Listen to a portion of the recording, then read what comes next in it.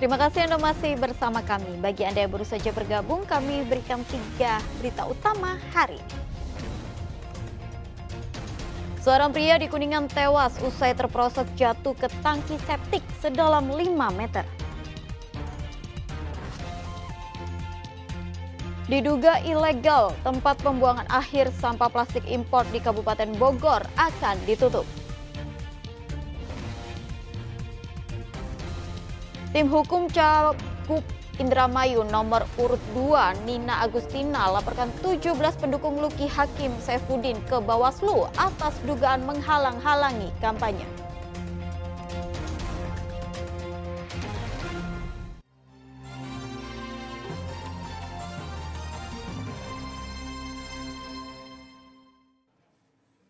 Presiden Prabowo Subianto menyambangi kediaman Presiden ke-6 Susilo Bambang Yudhoyono di Puri Cikeas, Gunung Putri, Kabupaten Bogor. Pertemuan pada Senin malam itu berlangsung tertutup. Iring-iringan rombongan Prabowo masuk ke kediaman SBY sekitar pukul 7 malam. Menurut anak sulung SBY yang juga Menteri Koordinator Infrastruktur dan Pembangunan Wilayah Agus Harimurti Yudhoyono, kedatangan Prabowo untuk menghadiri jamuan makan malam bersama ayahnya SBY. AHY mengatakan keduanya saling bertukar pikiran sebagai sahabat. Sementara itu Ketua Harian Gerindra Sufmi Dasko Ahmad mengatakan pertemuan kedua tokoh itu terkait pembentukan lembaga investasi. Prabowo meminta pendapat SBY yang punya pengalaman memimpin Indonesia selama 1 dekade. Namun Dasko tak membeberkan rencana lembaga investasi yang akan dibentuk oleh Prabowo. Setelah 1 jam bertemu, rombongan Prabowo pun keluar dan bertolak ke Hambalang.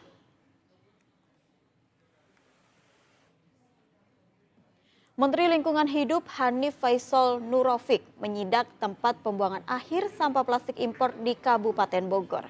Dari hasil sidak, Menteri LHK memutuskan akan menutup TPA tersebut karena ilegal.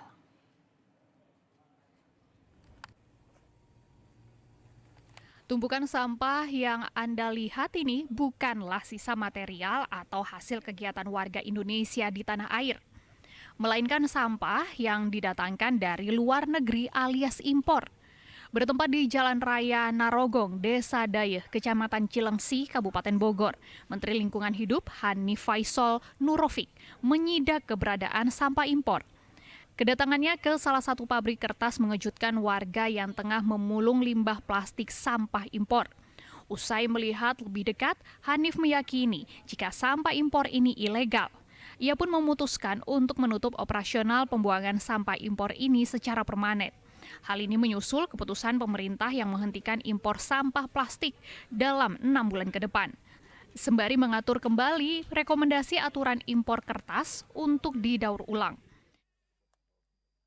Ini melanggar aturan, ini pasti melanggar aturan. Karena kami akan tindak, dan penindakan bisa dengan paksaan pemerintah. Jadi itu tetap akan kami paksa mereka, tetapi tentu penyelesaiannya kita tidak bisa tutup mata. Saya sudah lapor ke Pak Presiden, beliau juga pertama meminta kita menghentikan impor sampah plastik, kemudian mengatur kembali rekomendasi impor kertas untuk didaur ulang. Keputusan Menteri LH untuk menutup operasional tempat pembuangan akhir sampah impor yang ilegal ini tentu mengejutkan 2.000 warga yang sehari-harinya memulung sampah dan menggantungkan hidup di tempat ini. PT Aspek Kumbong pun angkat bicara soal kebenaran TPA ilegal yang ternyata sudah ada sejak tahun 1997. Ia membela diri jika tumpukan sampah di belakang pabrik kertas ini hanya bersifat sementara. Kami pernah melakukan bahwa tidak buang di tempat ini, di tempat kami sendiri sebenarnya, tapi mereka yang sudah bertahun-tahun di sini menggantungkan hidupnya dengan mulung di sini, artinya kami sempat di demo sampai masuk ke pabrik mereka. Artinya ini kan hal yang sebenarnya sudah melanggar hukum dan bagi kami itu bisa kita tindak lanjuti, tapi itu tidak kita lakukan. Artinya ya udah, artinya kita tetap buang di sini, mereka masih bisa bergantung dengan hasil limbah. Dalam peraturan Menteri Perdagangan nomor 31 tahun 2016, impor dan ekspor limbah diizinkan sepanjang limbah tidak berbahaya dan tidak beracun atau non-limbah B3. Pada tahun 2022, sampah plastik impor mencapai 194.000 ton, lalu meningkat pada tahun 2023 hingga 252.000 ton. Padahal Indonesia bisa menghasilkan 12,87 juta ton sampah plastik setiap tahunnya, dan sebagian sampah itu tidak terkelola. Asep Solihin melaporkan dari Kabupaten Bogor.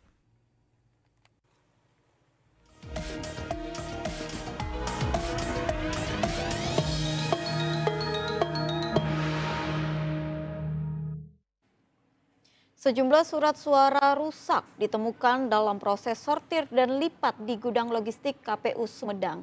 Meski begitu, jumlah surat suara yang rusak masih dalam kategori wajar. Surat suara Pilkada Bupati, Wakil Bupati Sumedang, dan Gubernur Wakil Gubernur Jawa Barat mulai disortir dan dilipat. Kegiatan ini melibatkan 400 petugas. Selama jalannya kegiatan di gudang logistik kawasan Babakan Loa, Sumedang ditemukan belasan lembar surat suara rusak, mulai dengan surat suara yang disobek atau terkena tinta. Meski begitu, Ketua KPU Sumedang menilai jumlah surat suara rusak belum banyak. Kalau kerusakan saya kira wajar, ada yang kemudian rusak karena sobek, ada yang kemudian juga cetakan warnanya tidak terlalu jelas, kemudian juga ada yang mengkerut. Itu saya kira hal-hal yang wajar, tapi jumlahnya juga tidak terlalu banyak. Begitu sejauh ini memang ada yang ditemukan rusak, tapi juga tidak terlalu banyak. Begitu. Normal saja begitu. Sortir dan lipat suara ini digelar sejak hari Minggu kemarin. Targetnya 300.000 lembar surat suara ini rampung dalam waktu 6 hari. Agun Gunawan melaporkan dari Sumedang. Calon Bupati Indramayu nomor urut 3 Nina Agustina resmi membuat laporan ke Bawaslu terkait peristiwa dugaan gangguan kampanye dari pendukung paslon lain di Kecamatan Sukra, Kabupaten Indramayu. Sementara itu laporan Nina ditanggapi santai oleh pendukung Luki Saifuddin. Mereka mengaku tidak ada pengerahan massa saat kampanye tersebut. Tim kuasa hukum calon Bupati Nina Agustina mendatangi sentra Gakumdu Bawaslu Kabupaten Indramayu pada Senin siang. Mereka melaporkan 17 orang pendukung paslon nomor urut 2 yang diduga menghalang-halangi kampanye Nina saat di Kecamatan Sukra, Indramayu. Apa yang dilakukan pendukung paslon Luki Hakim Saifuddin dinilai merugikan Cabu Pertahanan yang akhirnya gagal kampanye. Bentuk laporannya sendiri adalah terkait dengan pelanggaran dugaan kampanye yang dilakukan oleh beberapa orang di wilayah Kecamatan Sukra, sehingga menyebabkan kampanye yang akan dilaksanakan oleh pasangan urut nomor 3 ini tidak terlaksana. Ada berapa orang yang dilaporkan, Mbak? Kalau orang yang dilaporkan jumlahnya kurang lebih ada sekitar berapa, Pak Ketua? Sekitar 17 orang. Sekitar 17 orang yang sudah. Gakumdu Bawaslu Indramayu akan mengkaji laporan tersebut. Mereka akan mendalami kasus dengan memeriksa alat bukti berupa video dan foto, termasuk meminta keterangan saksi. Kalau bicara soal aturan menghalang-halangi dan lain sebagainya, ya makanya kita nanti coba kita lihatlah apa hasil kajiannya seperti apa. Kita dalami dulu, kita kaji secara proses mekanisme yang ada. Kasus itu ditanggapi santai oleh pendukung Luki Hakim Saifuddin. Mereka membantah jika saat kampanye Nina ada pengerahan massa untuk mengacukan 2 jari. Menurut salah satu pendukung paslon nomor urut 2, kejadian itu merupakan aksi spontanitas dari masyarakat. Mandek itu Bu Nina, langsung marah-marahin orang semua. Makanya saya mengerai, Bu, jangan marah, Bu, jangan marahin masyarakat, Bu. Kalau marah, marahin saya aja. Yang tanggung jawab siapa? Ya saya, Bu, karena yang punya tempat ini saya. Itu. Jadi kejadian itu spontanitas ya, Pak? Spontanitas, kalau ingin tahu spontanitas. Bukan ada perencanaan, bukan. Tapi kemarin saya prihatin atas kejadian itu, sampai ada prihatin lagi bahwasannya dipelintir seolah ini dihadang. Enggak, boleh dilihat dari apa yang jadi tayangnya. Tim hukum Luki Hakim Saifuddin berencana melaporkan balik Nina Agustina ke Bawaslu karena berulang kali menyebut nama Luki Hakim saat terjadi ketegangan beberapa waktu lalu. Maruli Habibi melaporkan dari Indramayu.